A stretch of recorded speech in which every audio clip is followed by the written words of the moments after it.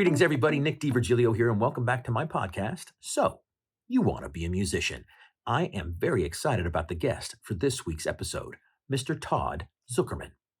Todd is a fantastic drummer. I'm a huge fan of his playing. He plays with such passion and grit and determination and power and all of those things. He's got groove and pocket and chops for days. The dude is a stud drummer and so much fun to watch and very inspirational as a player. So he's got all those things going on. Todd has been playing in Styx for about 28 years now. That's been his, quote, big gig throughout his life. But Todd has played with tons of other artists throughout his career. Sting, Peter Gabriel, Brian Wilson, just to name a few. He's done 1,000,001 sessions. He grew up in Chicago and did a ton of jingle work while he was there. He grew up in a musical family with brothers and mother and father who are also professional players. So music has been his life's blood since, coming right out of the womb, really, right? Since he was a baby. He's been doing it that long. And he's just a great guy to talk to. He's a great educator. He's got books and DVDs. He travels the world doing master classes, all of those kinds of things. So he really gives back to the drumming community as well. And just a lot of fun to hang out with and to hear his stories, to talk to him about navigating the music world, because he's done it all. He's been through all kinds of things. And to hear his perspective on it all is really cool. And I think you're going to dig it. If you're checking out this podcast on YouTube, please subscribe to the channel. Appreciate that. If you're listening to the podcast on Podbean, Spotify, or Apple Podcasts, follow the podcast. Thank you so much for listening. Without further ado, my conversation with Todd Sucherman. Greetings, everybody. Nick DiVirgilio here, and welcome to the podcast. So, you want to be a musician, and my guest today is none other than Todd Sucherman. Nick, how are you, man? Great, man. Thank you so much for saying yes to my request to have you on this podcast. I really appreciate it. Well, you know what? Because it was you, I said yes. I mean, there's a particular time period where I felt for 16 months this is all I did, so I haven't been doing any of these because I got burnt out at. But you and I are pals, and I'm thrilled to be here, and I'm very happy you asked me. So thanks, man. Well, I appreciate it, and hopefully this one may be a little bit different than the other interviews you had, because I want to go down the road of what it's like to be a professional musician in this business, navigating these waters. You've been doing it a long time. You come from a very musical family, so hopefully this will be some good conversation about what it means to do what we do. Cool. All right. So, I'm into that. Great. The first question I ask everybody that's on my show is this one. I start heavy, and then we kind of go from there, because I think it's a good way to start it all off. So here goes. Do you, Todd Sucherman, need to play music to be happy? I would think so. That is a heavy question. But I can't imagine life without it. I can't imagine life without being so passionate about something and continually working on a skill. Otherwise, I'd just be sitting in front of a television or just reading and watching my life go by until I'm not alive anymore. So this is sort of, you know what I mean? It's other than human interaction and family, this is what sustains me. So yeah, I do need this to be happy. If I didn't have this, I would find a way to be happy, because happiness is a choice. You can't put your happiness in the hands of others or in the hands of something else. It's a choice. Love that. And it's really true, because I know what it's like, the times that I've made myself unhappy about something, or I've let something affect me to the point where, you know what, I make the conscious choice. I'm not going to let this affect me anymore.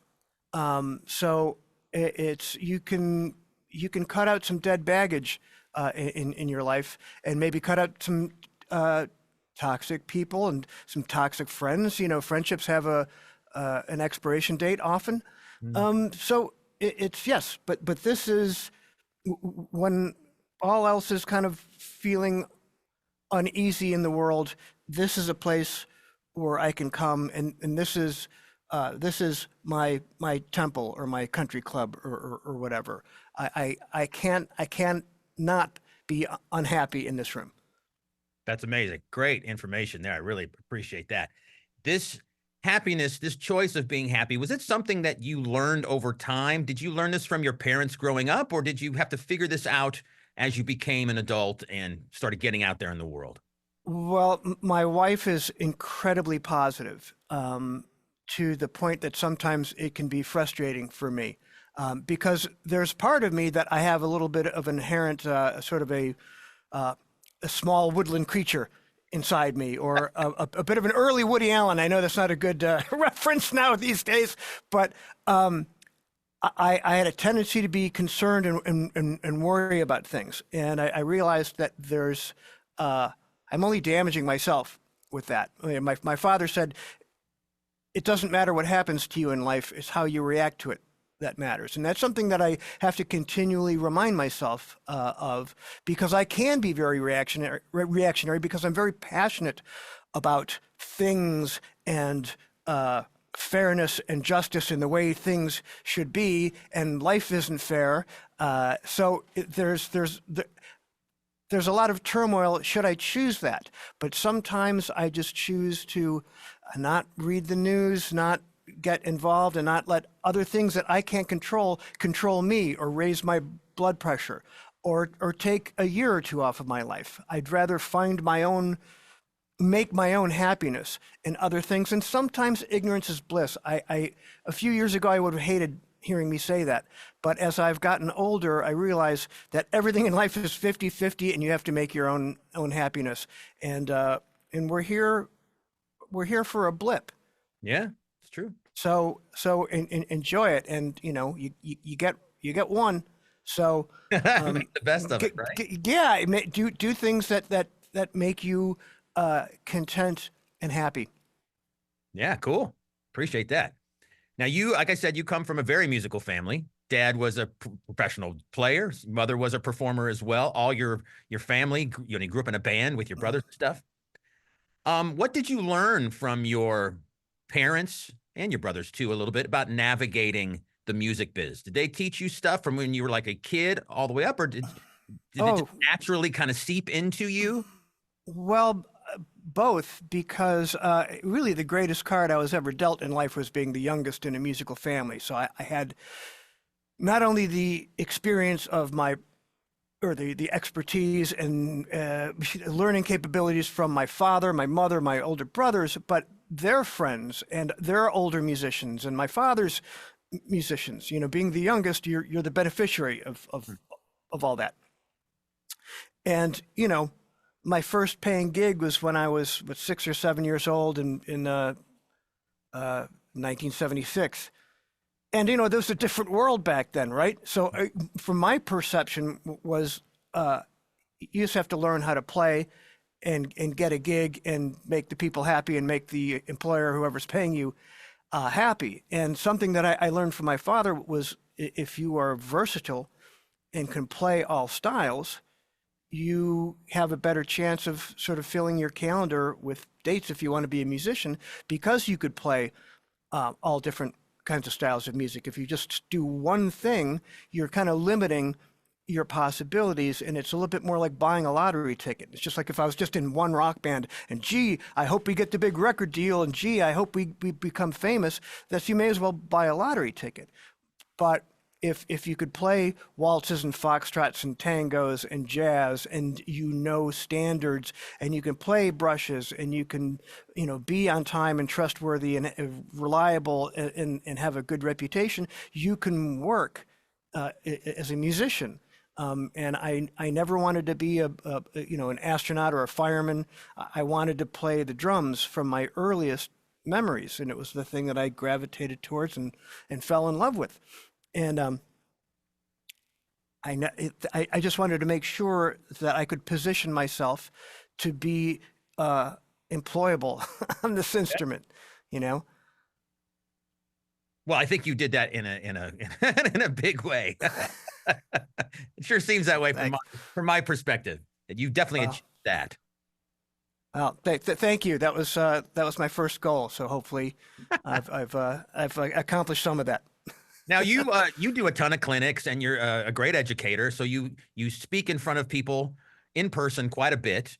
And do you talk about, try to relay some advice? Because I know you have a lot of young players, a lot of guys who have the dream, want to learn from you. what kind of advice or a little bit words of wisdom do you impart? Is it very similar to, be a good person, show up on time, make sure your gear's working, or is there more to that? Well, it depends. In the last few years, drum clinics have sort of gone the way of the dinosaur a little bit. So I've developed a small group personal instruction master classes that I've been doing, well over 100 of them now. And education has always been important to me because I can always cite those that were important to me, whether they were teachers or drum clinics that had a lot of education that I attended when I was younger. Those were huge in the formation of my life as a musician. But along the lines of what you just said, like there's something that I always bring up when someone asks, well, how do I get gigs, or how do I position myself in the industry, and yes, nowadays there's Instagram and there's videos, but there's a lot of noise. There's a million drummers posting things. How do you get through that? I don't know. Yeah.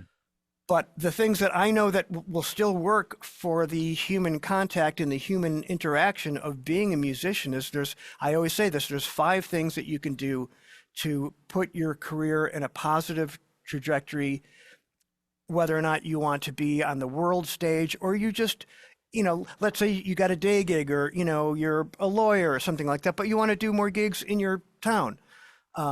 Number 1, always be on time. And what that means for a drummer is being devastatingly early. Get to the gig, claim your space, have your cases put away. When the other musicians come in, especially if you're meeting people and playing with them for the first time, give them a hand. Yeah, you need a hand with that amp. Maybe they'll help you on the way out. Maybe not, but maybe they will. And then, okay, so you're a good human being. Yeah. All right, you're devastatingly early, and that's what being on time for a drummer means. Number 2, be prepared. If someone gave you 25 songs to learn, you learn them cold, backwards and forwards.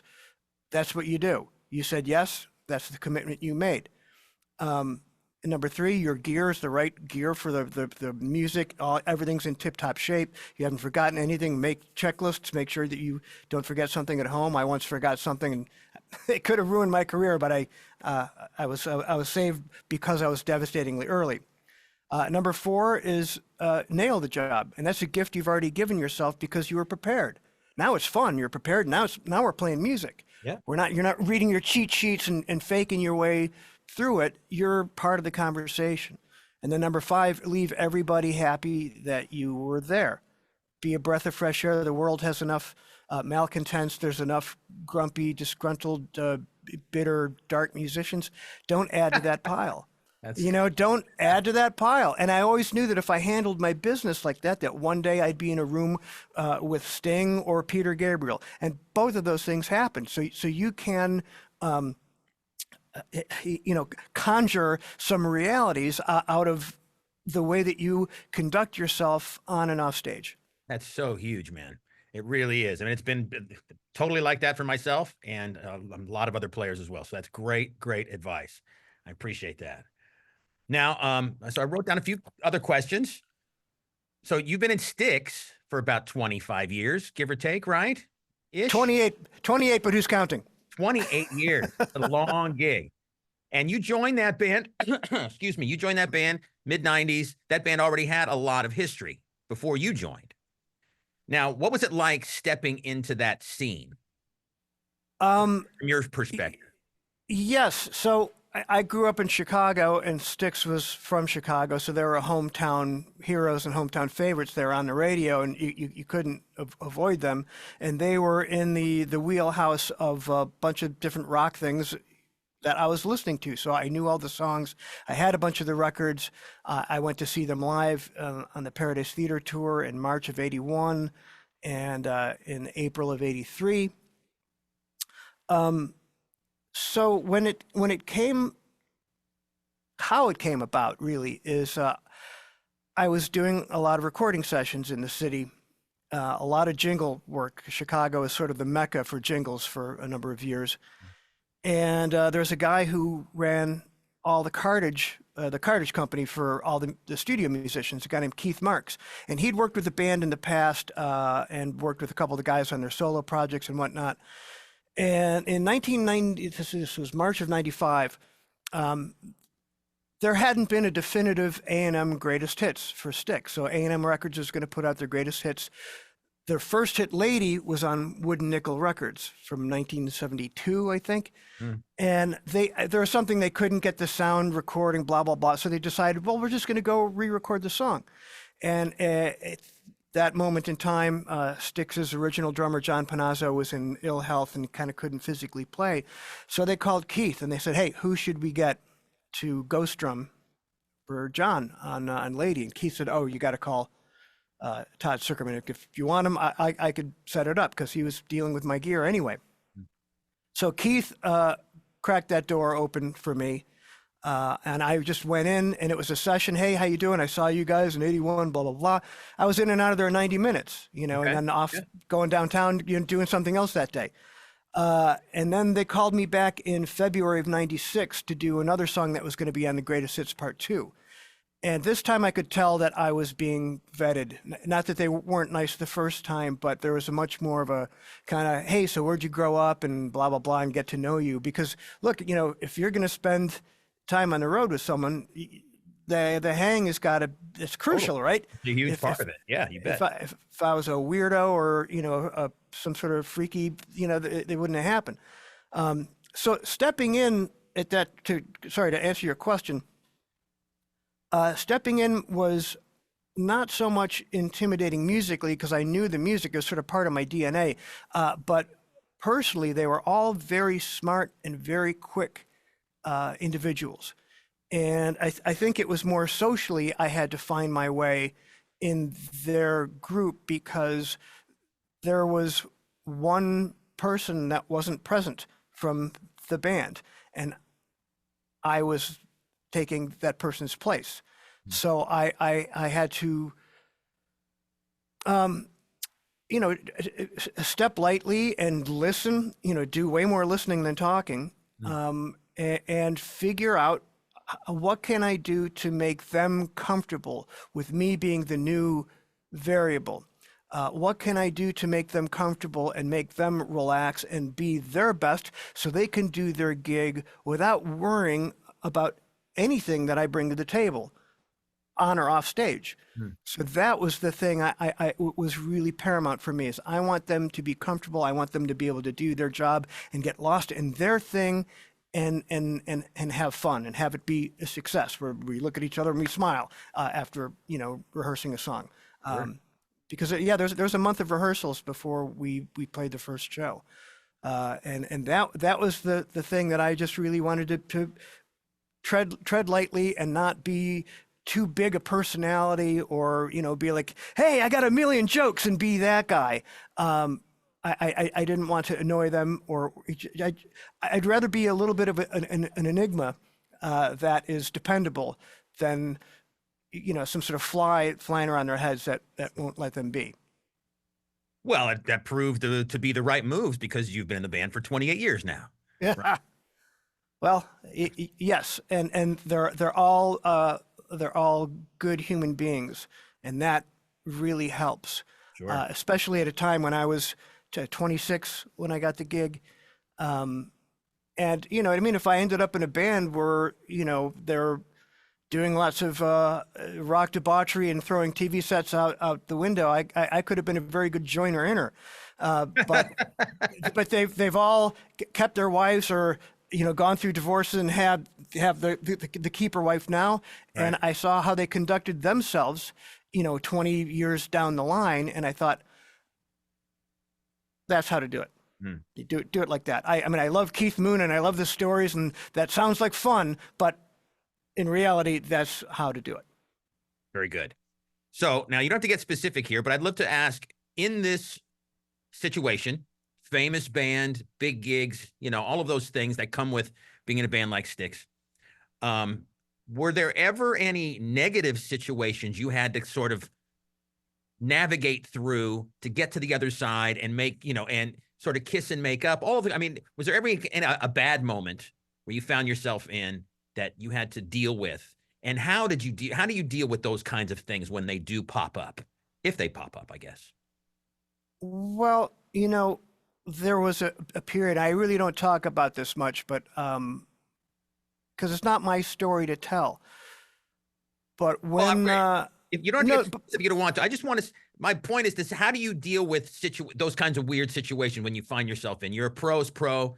You know how to get the gigs and keep the gigs, and you get along with people in such a great way. But when one of those weird situations comes up, do you have a technique, a way of kind of maneuvering through these kinds of things? boy, there's you There's a just lot caused there. you caused a 20 car pile up in my mind there with that one. First off, you can't control what anyone does or what anyone thinks. All you can control is you and your actions and your thoughts. Yes. So once you realize that, anything outside of yourself is not in your control. So whatever will be will be. But you can't be in a band this long and not see things happen. We had a main member of the band was let go in 1999, and that caused a civil war in the fandom of the band. And there was a lot of things that I would hear or read or and whether things were true or not, and a lot of them weren't true. It wasn't my job to correct them. Right. And it wasn't my job to tell stories of that's what you think happened. I mean, how people think they know what happens inside a band, or they hear one side of the story, but oh my goodness, but it's not my story to tell. All I know is I know certain things happened, and this band is very, very happy now. Dennis DeYoung, he always treated me well, and I think he was the one that really respected me as a musician and knew what I brought to the table. And I'll always be grateful and thankful for his trust. But that being said, there's certain things that went on in the past that came up that nowadays when people say, why don't y'all get together and do one more reunion tour for the fans? And Tommy Shaw is the best answer to that. He said, we did that. We tried it in 96 and 97 and it didn't work. So that's that, you know what I mean? So there's a lot of things that you have to deal with, but not every conversation, you can't be part of every conversation, and not every conversation is for you. Not every decision is going to be run by you. And ultimately, as a drummer in a band, unless you are an owner, we're in the service industry. So ultimately, it's like we're waiters at a restaurant, and we have to serve up the goods consistently, or people stop, coming to the restaurant, or you're not employed by the restaurant anymore. Am I answering this question? Yeah, I feel like I'm dancing around a lot of stuff. Well, I imagine you had to dance around things when that situation came up. So I imagine it's just, I just want to, yes, you're answering the question. It's relaying some how you navigated that strange situation of a gig. I'm sure you're making decent money. You wanted it to keep going for a long stretch of time. You're not an owner, or you weren't at that time. So yeah, there's a lot of stuff that you had to kind of deal with in your own head. And then as a session musician, you have to deal with sometimes someone that's in control that ends up taking the music or what you're doing and having to put it in a place that you didn't want to do it, or you're not comfortable doing it. And I've always just had to sort of bite the bullet and do it, because if I ever do well, no, man, this is not my thing, or, I'm not going to get called back. So if someone says, hey, could you, take the front bass drum head off? I'm like, inside I'm like, oh, this will do nothing, will change nothing. And I have to do this, I have to put it back on later, but this guy wants it. So, okay, sure. You're paying me to do this, so absolutely. There's certain things that you have to learn immediately, that if your first reaction is, do it. But there is one thing I won't allow myself to be treated in a way that I wouldn't treat others. There's certain things where I will stand up, or if I see something that's incorrect, like there's one or two engineers I had to tune up a little bit, but they were wrong. Their attitude was wrong. So I felt like if I'm going to get bonged out of this, then fine, because whatever is going on here is negative and dark and grumpy, and I don't need this. I'd rather be at home Self-respect is a big deal with thing that. for a person. Yeah. Sure. Yeah. Okay. I love it all. That's great, man. Thank you so much.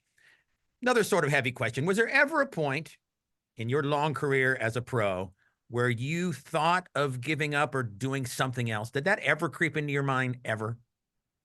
No, because I have absolutely no other skills or talents.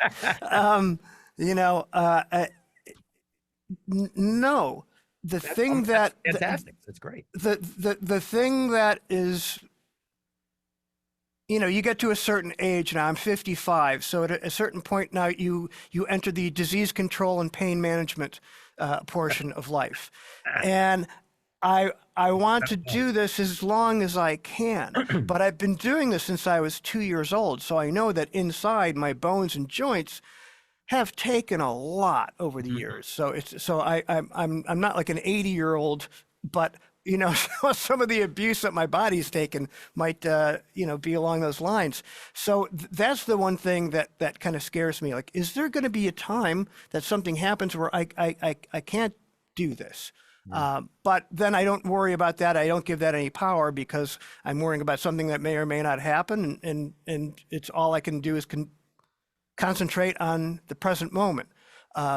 So there's certain ways I can kind of slap myself out of certain ways of thinking, you know, imagining down the line, which is fruitless and pointless. But yeah, I want to be able to do this as long as I can. I hope that happens, man. I'm sure it will. Yeah, that's I mean yes, that's I'd be happy to play to my last day on Earth. I'm with you, brother. I'm with you there, 100%. Okay, a little bit of a left turn here. I'd love to talk a little bit about personal relationships. You're very busy. You tour, you record, you're an educator, all of those things like we talked about. You're moving all the time, and you're married to another artist. Your wife, Taylor Mills, a singer, professional singer. Does being married and in a personal relationship with another professional, does it make it easier to be in a relationship that with another person who understands the music business? I've been married for a very long time with my wife, Tiffany, for 30 years, but she's not. She's in the medical field. And, you know, early on in our relationship, we had to learn how to deal with those things where I'm gone and all the stuff that comes with being a musician. Is being married to another pro musical person, does it make it any easier? I think in my case, in our case, it absolutely did. Okay. Because she understands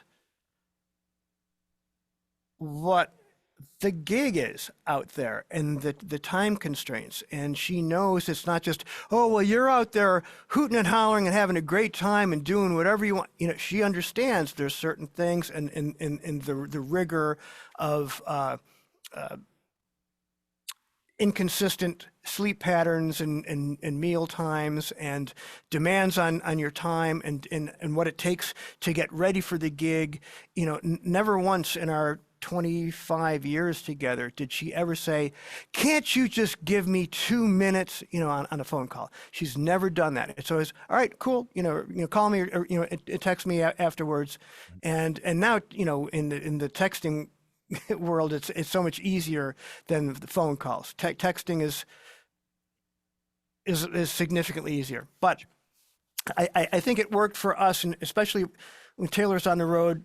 She did 12 years with Brian Wilson, and there'd be times where she'd be in Europe and I'd be in the States, and it was you know a call, good morning, good night, you know, hey, I'm just going to lunch, I'm just about to go on stage, and you know all you can do is just have these little you know hello, I love you, and that's fine. But in the past, I have had girlfriends that didn't understand what it takes to do this, and the time that is involved with doing this job.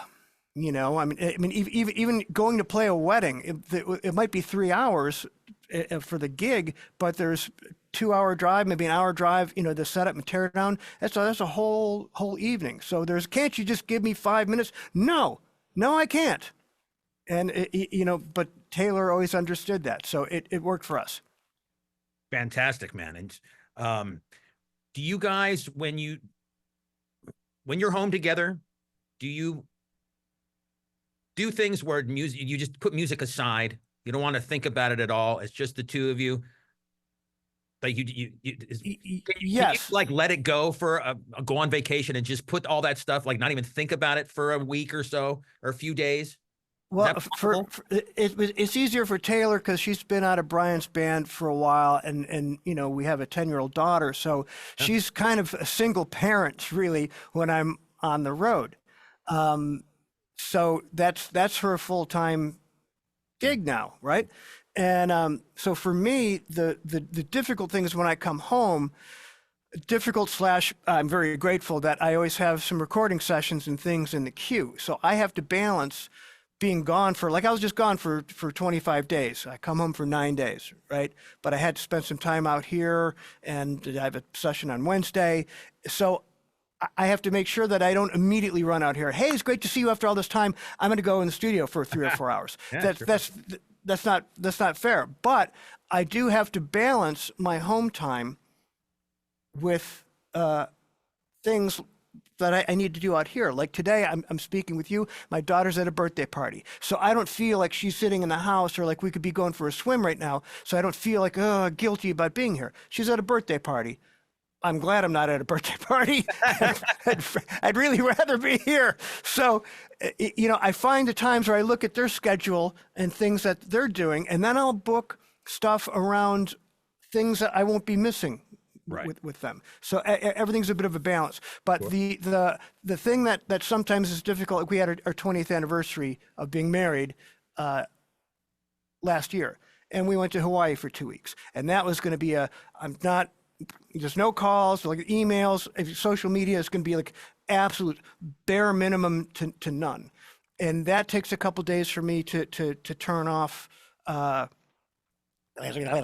the stuff that's in my head and relax. And then I kind of get into that scene and I really, really dig it. And then I come back to, 50,000, emails and start going through that. But, everything's about trying to achieve a balance, I think. Sure. What is, if you can remember, what's the longest stretch the two of you have been apart from each other, where it's just texting, just phone calls, where you were not in the same building? I can tell you absolutely when. It was the summer of 2005, and we were apart for almost 12 weeks, and that was sort of unpleasant because at that time we're going to put our house in LA for sale, and we bought this place.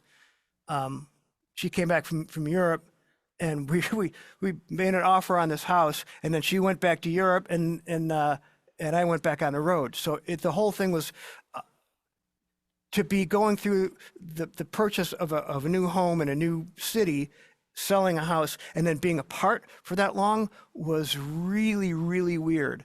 I don't think we'll ever do anything like that again. There you go. That was very, because you feel a detachment, and that's not good for a relationship for 10 or 12 weeks or whatever that was. That was a lot.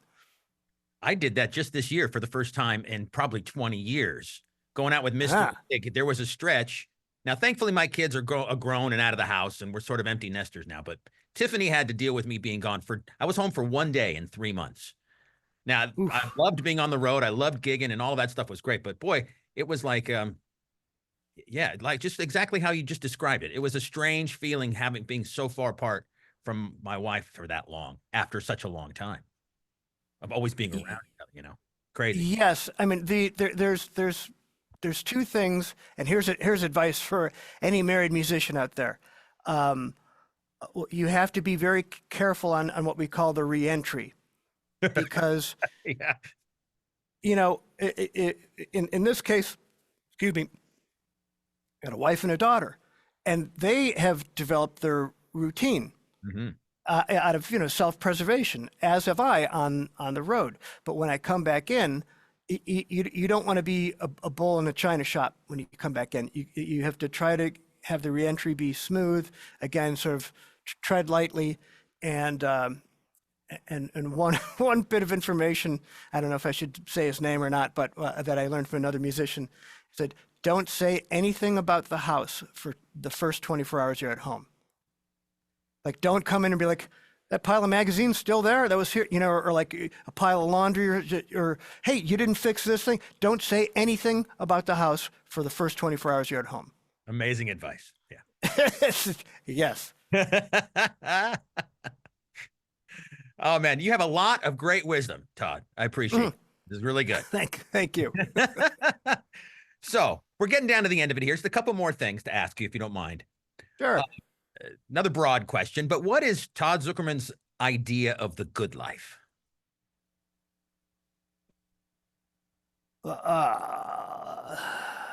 For me personally, I mean, that's really the only point of view I could have. Yeah. To me, a perfect day would be to have lunch with the girls. They go do something. I come out here for a little bit. Everything works the way I want it to, and I go in the house. I meet them. Maybe we go have a swim, and then I cook a nice dinner, and the evening with a couple cocktails. I mean, to me, that's what's better than that. And then being able to travel and take some vacations and be able to see the world, whether or not you're busy sightseeing or you're sitting on a beach. I think a balance of those two kinds of vacations, and world travel, and sharing that with my daughter, that's really the stuff that makes me happy to the core. That's awesome. Very good. And okay, final question. After all of this time you spent in this career, personal relationships, marriage, family, all of those things, what gets you out of the bed? What gets you out of bed in the morning? What excites you these days? It's good. It's probably similar to what you were just saying. What's your idea of the good life? But what excites you right now? I'm excited about a lot of things musically. I mean, right now the band is in the middle of a giant tour with Foreigner, and every show is just slammed with people. I mean, it's I think that post-COVID, a lot of people are going, you know what, I want to go see shows, and I want to go see bands while they're still on the planet, and also while they're still on the planet. You know what I mean? I think that I'll see them next time. We're having a really, really successful tour this summer, and that's exciting. I know the guys are writing. A couple things I've heard are great.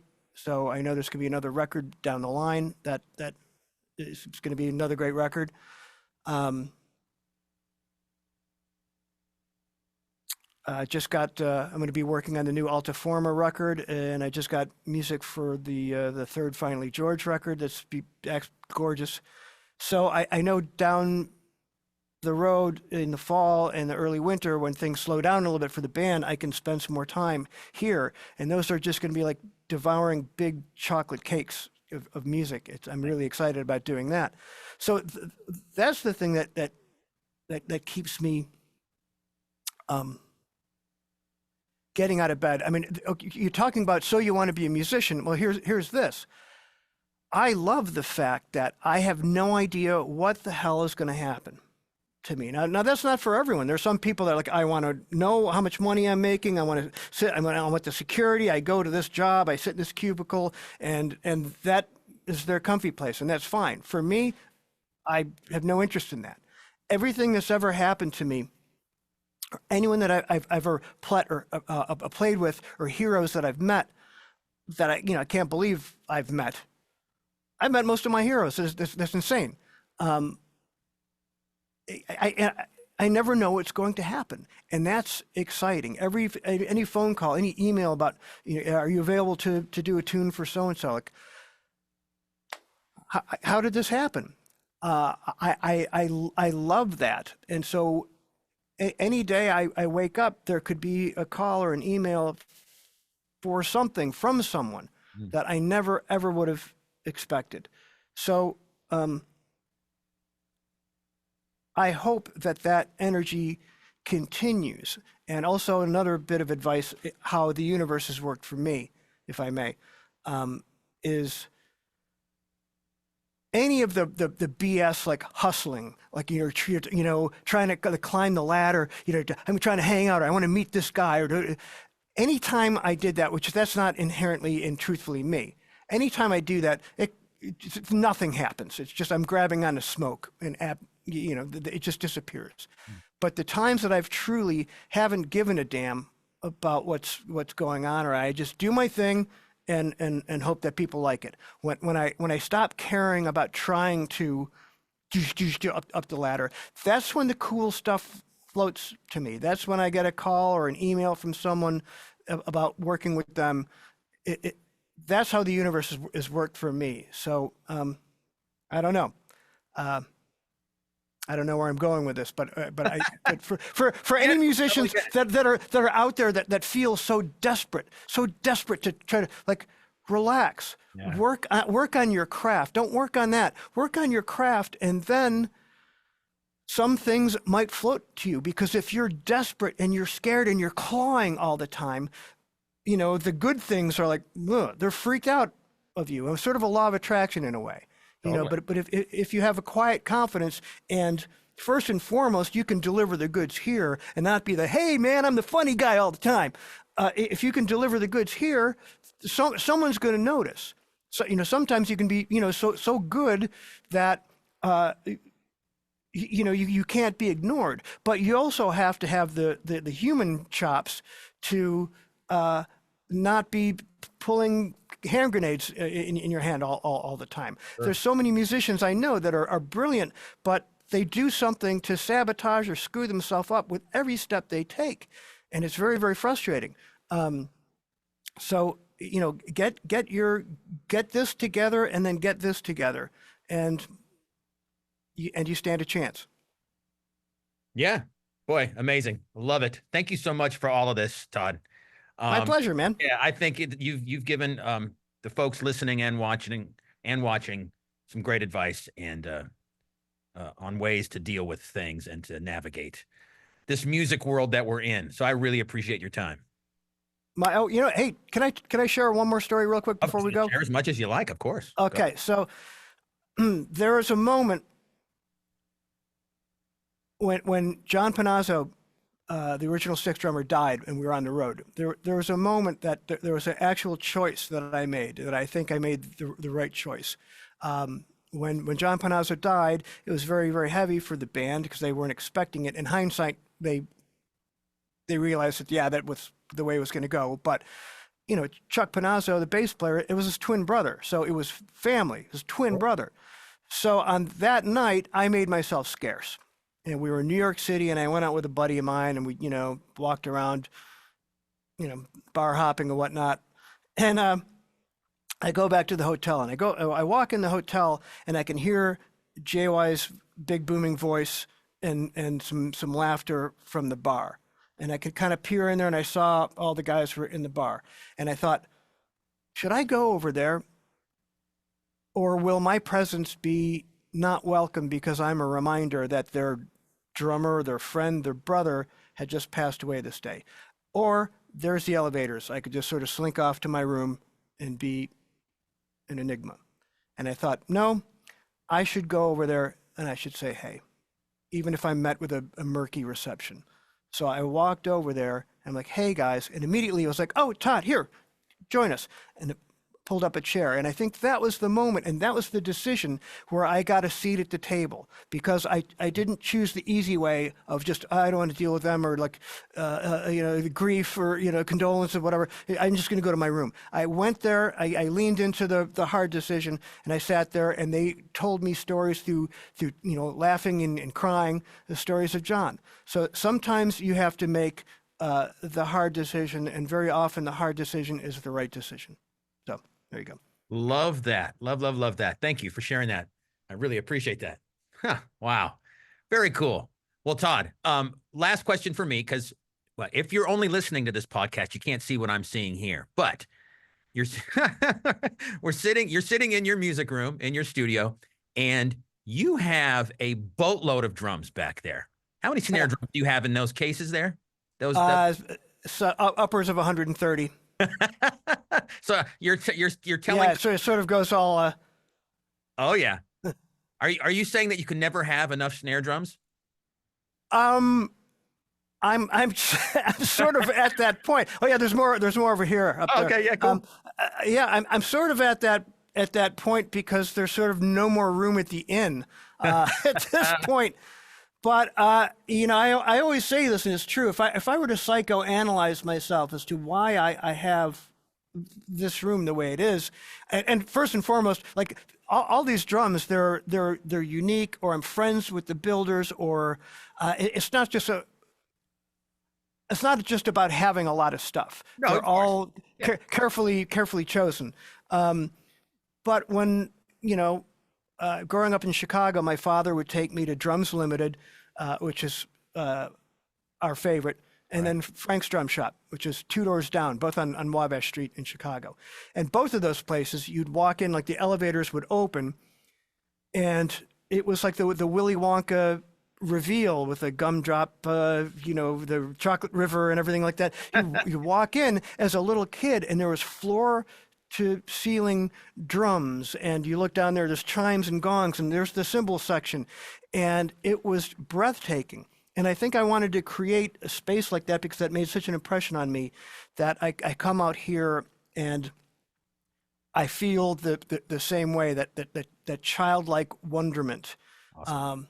So that's why I have what I have. And also sometimes you just swap out a snare drum, and then it's like a guitarist. You're going to play differently with an acoustic 12-string than you would with a Strat in your hand. So, change out your hats, change out a ride cymbal, change out a snare, and all of a sudden you're going down musical roads that you wouldn't have gone down had you not swapped some things out. Very good. Well, we'll end there, man. Thank you so much for your time, all of this fantastic info and advice and stories. I appreciate it. Have a great rest of your day. And just thank you, man. Thank you, Nick. And I hope to see you soon. And it was great to be hanging out with you today. All right, brother. Cheers. And there you go. My conversation with Todd Sucherman. What did you think about the conversation? Leave me some comments down below. Let me know what you thought. I had a good time talking with Todd. I just love his insight on everything, the music world, navigating those waters, life, family, being responsible for your own happiness. The whole thing he said about reentry, about coming home from tour and calling it the reentry. You don't say anything about anything for 24 hours when you come home from a long tour. Just great insight, good advice, and it was a lot of fun to talk to Todd. So thank you very much, Todd Sucherman, for being a part of this podcast. One thing I do want to suggest, if you've made it this long in the podcast and you're still listening to me talk, if you get an opportunity to see Todd play at one of his master classes, if you really want to go learn and get some one-on-one instruction, see him in a small, intimate setting, those master classes are super cool. He does them all over the country, and he travels across the pond. He does them in the UK and in Europe and all kinds of stuff. It's a lot of cool information and just very educational and a good time. If you want to see a master at work, up close and personal, I suggest you check that out, let alone seeing him playing sticks. If you want to see a great concert, go see Todd playing sticks. The band plays at a high level. Again, they have so many hit songs. It's a fun evening. So definitely go check out Todd. Again, if you're checking out this podcast on YouTube, thank you, and subscribe to the channel. If you've listened to this podcast on Podbean, Spotify, or Apple Podcasts, follow the podcast, and thank you very much. And join me again in a couple of weeks for another episode of So You Want to Be a Musician. Cheers, everybody.